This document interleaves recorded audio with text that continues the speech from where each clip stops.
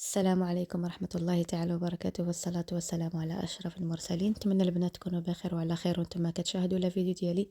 كيف كتشوفوا معايا جيت نشارك معكم هذه الوصفة اليوم اللي غادي تعجبكم، البقلاوة التركية بلمسة مغربية اللي كتجي رائعة وبنينة وكتوجد لنا في وقت قليل. هنا كيف كتشوفوا معايا عندي 800 غرام ديال اللوز و200 غرام ديال لاكاجو اللي حمرتهم، وحمرت كل واحد بوحدو. راكم عارفين اللوز كياخد شويه الوقت ولاكاجو كيتحمر لينا في ساعه. انا بعد ما حمرته وطحنته كيف كتشوفوا اللوز ولاكاجو طحنتهم، ولاني ما طحنتهمش حتى رطابو، ما درتهمش بودر 100%، خليته شويه حروش، خليته مهرمش. كتجي زوينه فاش كتبداي تاكلي في البقلاوه وكتلقاي اللوزه، كتلقاي نص لوزه، عرفتي راه كتجي غزاله. غير جربوه بالطريقه هذه. وهنايا درت معلقه صغيره ديال القرفه وقبصه ديال الملح، عرفتي داك شويه ديال الملح اللي غديروا جوج صباع، داكشي اللي يهز لكم غديروه د الملح. حنا بغينا غير نكسروا ديك الحلاوه وما بنادم ما يطعمش الملح. على الحاجه الحلوه كدير فيها قبيصه د الملح كتجي زوينه، كتعطي واحد النكهه زوينه. عندنا العسل، غنحتاجو العسل، غنحتاجو ما زهر، وغنحتاجو الزبده اللي ذوبت كيف كتشوفوا معايا. والقرفه البنات راه درت عرفتوا المعلقه صغيره ديك اللي صغر منها باش كنحركوا القهيوه، كاينه معلقه صغيره وكاينه المعلقه صغر منها هي اللي درت باش القرفه ما تحيد ليناش المذاق ديال اللوز. وهداك ورق الفيلو، راكم كتعرفوا ورق الفيلو اللي كيقادوا به البقلاوه. وهنايا نشد القصري غادي نكب فيها هاد الخليط ديال هاد اللوز والاكاجو باش نقدر نخلطهم.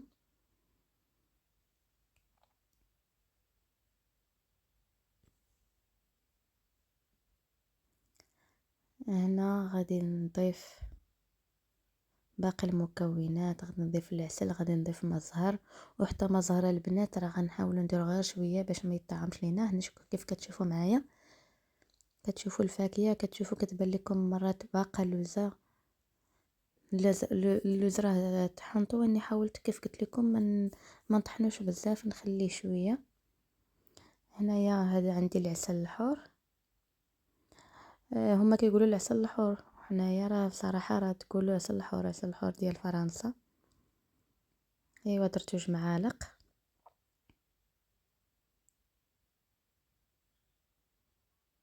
غادي نضيف ما زهر، وغادي نضيف غير القياس البنات باش ما يجيناش مطعم بزاف. واحد الحاجه البنات، انا العقده ديالي هاد الحشوه اللي غادي ندير ديال البقلاوه ما بيتاش تجيني كيف نقول معلكه بزاف وفازقه بزاف، بغيتها غير تجي شويه مرويه وصافي باش منين نديرها في الحشوه تشد. اما ما بغيتهاش تجيني كيف نقولوا عجينه. وهنايا ضفت الزبده. من بعد غادي نبدا نخلط الخليط ديالي كيف كتشوفوا، وهكا كنستمر في التخلاط ديالو حتى كينسجموا المكونات مع بعض. وهنايا كيف بعد ما تخلط مزيان كيف شفتوا معايا، جبت اللاطه اللي كتدخل الفران، جبت الورق الفيلو كيف كتشوفوا غادي نحلو. واحد الملاحظه البنات، ورق الفيلو راه كنحاول نخدم ونغطيه، كنحاول نخدم ونغطيه لانه هو راه كيضربوا البرد دغيا كيبس وكيبدا يتقطع، وهو اصلا بلا ما يضربوا البرد البنات كيتقطع في ساعه ما كيتقطع. فلهذا جبت هاد السيرفيات هذا وكنحاول نخدم ونغطيه. هنايا اللاطه دهنتها هو الاول بالزبده كيف شفتوا معايا. عاد غادي نبدا ندير الورق، دابا نبدا نفرش. تبقى الاولى غادي غير نرش عليها الزبده كيف شفتوا، ونحط الورقه الثانيه. بعد ما كنحط الورقه الثانيه غنبدا ندهن كيف شفتوا، غادي نبدا ندهن. غادي نبقى نستمر هكا، ورقه نرش عليها ورقه ندهنها. كاين اللي بيدير 2 وراق يدير 2 وراق، انا هكا درت ورقه بورقه. ونتمنى تجربوا بالطريقه هذه. عرفتي هاد البقلاوه كتجي غزاله البنات، البقلاوه التركيه بلمسه مغربيه. نتوما راكم عارفين التوارك اش كيديروا هاد الورق الفيلو وكيديروا الفاكهه. الاكثريه كيديروا الفاكهه. شنو هي الفاكهه؟ هي كيزيدوا عليها السكر كلاصي العسل وكيديروها. حنايا زدنا لها هذيك اللمسه ديال شويه القرفه اللي ما كثرناهاش، شويه ديال المزهر، الزبده. صراحه كتجي بنينه، كتجي بحال المعقوده. الحشوه ديالها كتجي بحال ديك المعقوده ديال البريوات ديال السيجار. اما راه كتجي غزاله. هنا كي شفتوا هذوك الجوانب تقدروا اللي ما بغاش يدخلهم لداخل كي دخلتهم انايا. كي شفتوا انا الجوانب بقاو شتالي على برا، دخلتهم ودهنتهم. بغيت الباط ديالي تجيني مورقه من الداخل.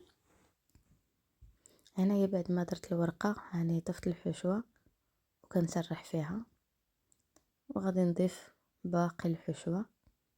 انا تقريبا خدت ليا كيلو ديال الفاكهه، قلت لكم 800 غرام ديال اللوز و200 غرام ديال الاكاجو. وهاني غادي نسرح الحشوه ديالي كامله كيف كتشوفوا. وهنايا واحد المرحله مهمه البنات، بعد ما كنحرشوا كنسرحوا مزيان هذيك الحشوه، كنزيدوا كنرشوا عليها شويه الزبده. من بعد نرجعوا بنفس الطريقه كيف خدمنا من التحت، غادي نبداو من الفوق كيف كتشوفوا. وهاني راه كنحاول نخدم وكنغطي الورقه. فاش كنتفكر راسي راني ما غطيتهاش كنعاود نغطيها. ضروري نغطوا الورقه البنات. انا راه حتى كنبدا نخدم وكنسهم على الخدمه وكنقول ما غطيتهاش، وكنعاود نغطيها حيت كتقطع فيه ساعه، دغيا دغيا كتقطع البنات. ولاني راه ما نقول لكمش، راه كتجي واحد البقلاوه غزاله غزاله، راه ديال المناسبات ديال الاعياد ديال العراضات. تبارك الله ولات كتمشى بزاف هاد البقلاوه التركيه، ولات كتعجب الناس. تبارك الله هنايا فرنسا فين ما مشيتي تلقيهم دايرينها، مشيتي للعرس تلقيهم دايرينها.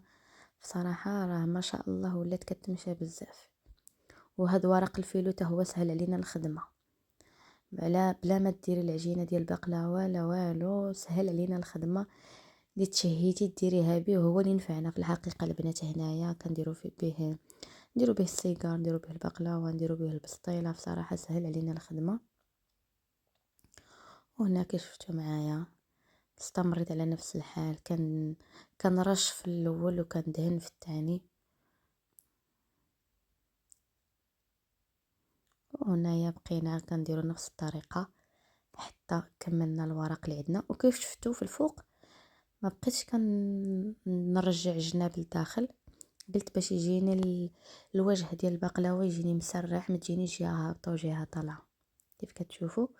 من بعد هذوك الجناب غادي نحاول نضغطهم مزيان، واللي شايط غادي نقطعه لبرا. هانتوما كيف كتشوفوا غادي نحاول نحيدهم باش تجيني البقلاوه ديالي مستويه.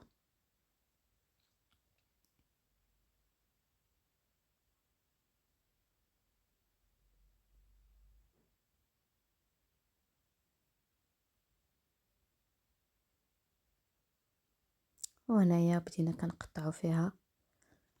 انا البنات قطعتها غير بعيني ميزاني، كاين اللي بغيتي ديري نفس القياس ديري بالمسطره، بغيتي ديريها انا درتها شكل مربع، بغيتي ديريها هذا تجي على شكل معين، انا درتها على شكل مربع. وواحد الحاجه نتوما كتقطعوا ديما كتبقاو كتعاونوا باليد الاخرى مع الموس باش ما تطلعش لكم هذا الورق ديال البقلاوه. هاد ورق الفيلو ما يبقاش يطلع لكم، حيت هو راه انفو كتبقاي تجري الموس كيبدا يطلع معاه. ايوا ها نتوما كتشوفوا. بصراحه البنات راه كتجي غزاله غزاله، نتمنى تجربوها. الا وصلتوا حتى لهنايا في الفيديو ما تبخلوش عليا بلايك وتعليق البنات، خلوا شي تعليق زوين بحالكم، الله يحفظكم. وديروا لايك، راه لايك راه ما نتوما غتضيعوا فيه لا حنا غنتخلصوا فيه. راه لايك والو، غير كيساعدنا. كنشوفوا شحال من واحد شاف لا فيديو كتشجعونا، كنفرحوا كنقولوا راه لا فيديو عجبكم. هذا ما كان البنات. وهنايا بعد ما قطعتها داك الزبده اللي بقات ليا حاولت نرشها عليها. وكيف شفتوا بعد حيت انايا دهنتها مزيان بالزبده، يعني ما احتاجش ليا ندهن نكب عليها من الفوق او ندهنها من الوجه ديالها بالزبده، حيت ديجا تبارك الله مخدومه بالزبده كيف شفتوا. ومن بعد دفعتها الفران على درجه الحراره 170 لتحت والفوق، وخليتها تقريبا خدت ليا تقريبا شنقول لكم البنات 20 دقيقه تقريبا. وهي حيت كلشي فيها راه غير داك كلشي زعما طايب، ما كتاخدش وقت كتير. والورقه في ساعه ما كطيب، غير الحشوه وفيها الزبده عرفتي راه دغيا كطيب. غير نتوما البنات ديروها في فران سخون على 170 درجه كيف كتشوفوا. الا كان فران كيحمر فيه ساعه ديريها على 160. وهنايا بعد ما خرجتها من الفران سخونه ضفت ليها العسل. تقريبا البنات انايا خدات ليا شنقول لكم، قولوا 750. كيف قلت لكم البنات درت فيها 750 غرام ديال العسل، حيت في الاول درت فيها العسل عندي البواطه فيها نص كيلو ديال العسل. ايوا نص كيلو تبارك الله كله درتو ليها، وكتبان ليا بلي باقا ناشفه. ايوا زدت ليها تقريبا كيف قلت لكم واحد 250 اخرى، زدت لها 250، يعني خدت ليا كيلو الا ربع ديال العسل تقريبا. ولاني نقول لكم راه جات غزاله ما شهيتكم فيها البنات. وهذه بعد ما دهناها، هذا كيف كتشوفوا معايا الشكل النهائي ديالها. صراحه راه كتجي غزاله، نتمنى تجربوها. وما بقى لي غير نقول لكم بالصحه والراحه الى فيديو جديد ان شاء الله. السلام عليكم.